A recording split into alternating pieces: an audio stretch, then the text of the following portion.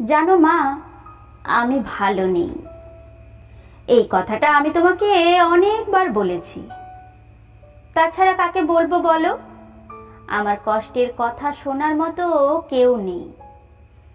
কিন্তু আমি তোমাকে কোনোদিন জিজ্ঞাসা করিনি তুমি কেমন আছো।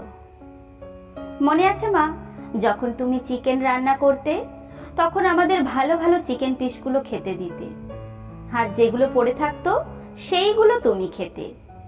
হ্যাঁ, আমি কিছুটা অবাক হতাম আর মনে মনে ভাবতাম কি করে তুমি খাও। আমি একদিন জিজ্ঞাসাও করেছিলাম, এইগুলো খাও কি করে মা? তুমি উত্তর দিয়েছিলে, এইগুলো তুমি খেতে ভালোবাসো। আজ বুঝতে পারছি কেন ওইগুলো খেতে ভালোবাসতে, কারণ আজ আমিও মা। মনে আছে মা, যখন আমি রাগ করে খেতাম না, আমাকে তোমরা কত খেতে ডাকতে, আমি রাগ করে শুয়ে থাকতাম।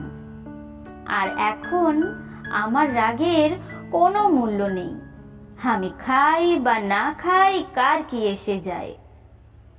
জানো মা, তুমি বলতে তুমি নাকি মাছের লেজাটা খেতে বেশি ভালোবাসো।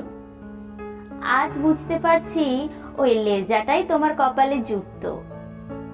মনে আছে মা, যখন আমার জ্বর আসতো, তখন আমি তোমার আর বাবার মাঝখানে শুতাম। তুমি আর বাবা সারা রাত মাথায় হাত বুলিয়ে দিতে। আর আজ মাথায় হাত বুলিয়ে দেওয়া তো দূরের কথা, মাথায় হাত দিয়ে কতটা জ্বর আছে সেটা দেখারও কেউ নেই।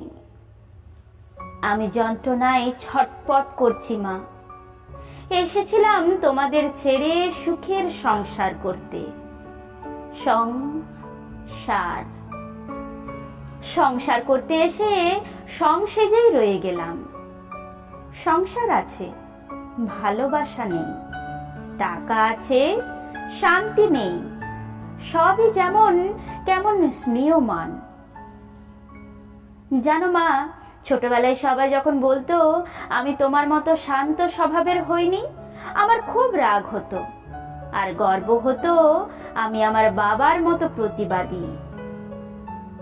আজ সেই প্রতিবাদী মেয়েটা ধুলোয় মিশে গেছে। সবাই খুশি তো মা? জানো মা, আমি যখন জোর করে হাসতাম, বাবা তখন বকা দিয়ে বলতো মেয়েদের জোর করে হাসতে নেই। আজ আমি হাসতে ভুলে গেছি মা। এখন আমার হাসতে ভয় হয়, নতুন কোনো অজানা অশান্তির আশঙ্কায়। জানো মা, আগে যেমন সবাই বলতো মানিয়ে নে মা, এখন আমার ছেলে বলছে আমার জন্য একটু মানিয়ে নাও মা। মা, আমাদের কি শুধু মানিয়ে নিতে হবে? আমাদের কি কোনো নিজস্বতা নেই? আমাদের কি ক্লান্তি বলে কিছু নেই? আমাদের কি শান্তি বলে কিছু নেই? কে এই প্রশ্নের উত্তর দেবে মা? জানো মা, মনে হয় কোথাও গিয়ে চিৎকার করে কান্না করি, বুকের ভিতরটা হালকা করার জন্য। মা, আমি কান্না করতে ভুলে গেছি।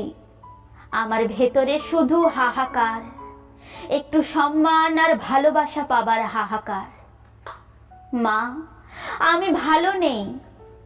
না না না, আমি না, আমরা ভালো নেই। আমরা ভালো নেই।